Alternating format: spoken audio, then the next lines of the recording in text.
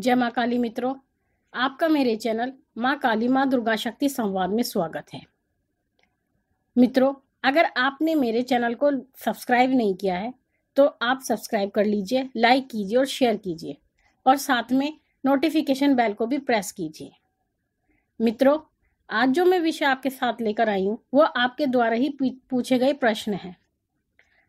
मैंने जो अपनी पिछली वीडियो अपलोड की थी कि अगर आपके दिए में फूल बनता है तो उसका क्या अर्थ होता है, तो उसमें बहुत लोगों ने मुझसे कमेंट किए।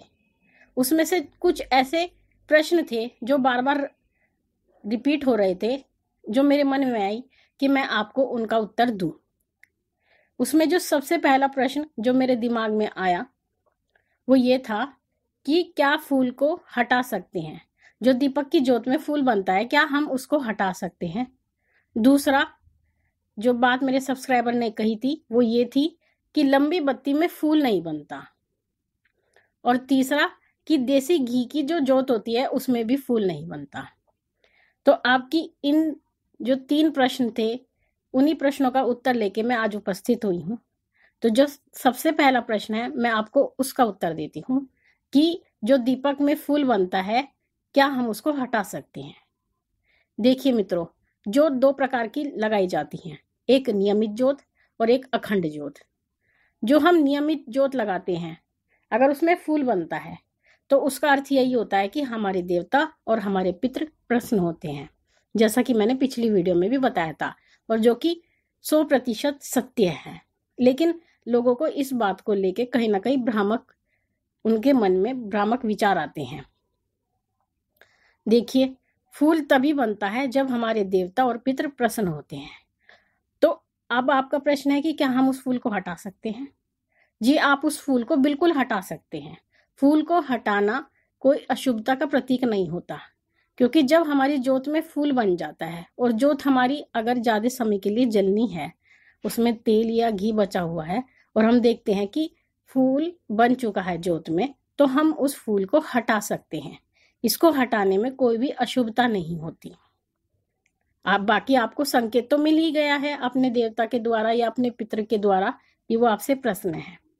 तो ये आपके पहले प्रश्न का उत्तर है। दूसरा प्रश्न है कि जो लंबी बत्ती होती है उसमें फूल नहीं बनता।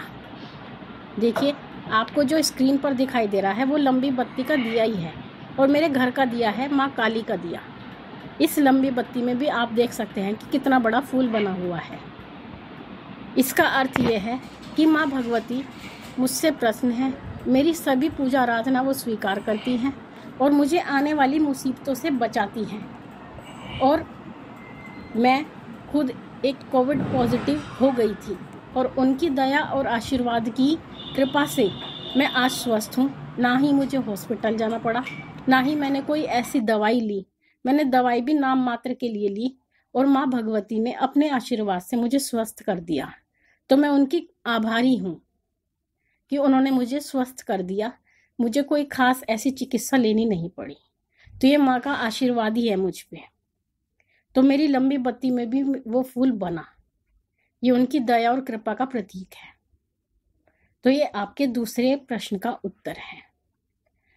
और आपका जो तीसरा और महत्वपूर्ण प्रश्न था कि देसी घी के दीपक में फूल नहीं बनता, तो उसका उत्तर भी मैं प्रमाण के साथ लेकर उपस्थित हुई हूँ। जो आपको स्क्रीन पर दिखाई दे रहा है वो मेरे घर का बालाजी का दिया है, जो देसी घी का जलाया जाता है और इस देसी घी के दिए में ये फूल बन रहा है। तो ये इसका अर्थ ये हुआ कि ना तो फर्क देसी घी से पड़ता है, ना तेल से पड़ता है, ना लंबी बत्ती से पड़ता है, ना गोल बत्ती से पड़ता है। अगर आपके देवता आपसे प्रसन्न हैं तो वो हर परिस्थिति में आपको संकेत देंगे और वो फूल अवश्य बनाएंगे। कोई भी चीज, किसी बात का कोई अर्थ नहीं रहता।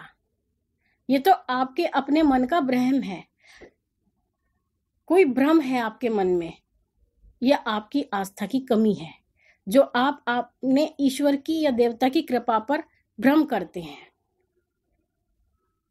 ये कहीं ना कहीं आपका भ्रम ही है।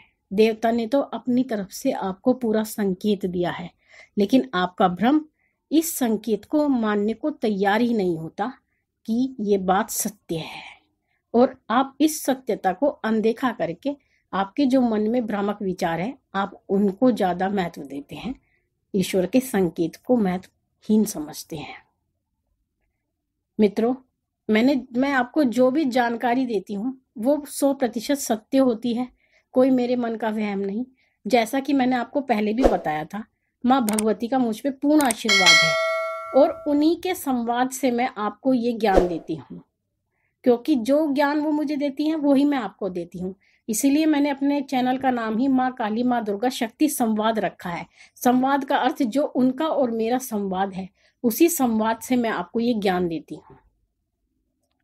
आशा करती हूँ मेरे द्वारा दी गई जानकारी आपको पसंद आई होगी, और भगवती से यही प्रार्थना करती हूँ, महारानी आपकी सभी मनोकामनाओं को पूर्ण करे, आपके घर के भंडारे भरती रहे, आपको स्वस्थ रखे, इस महामारी में आपके परिवार पे अपनी पूर्ण दया रखे और आपको इसके प्रकोप से बचाए।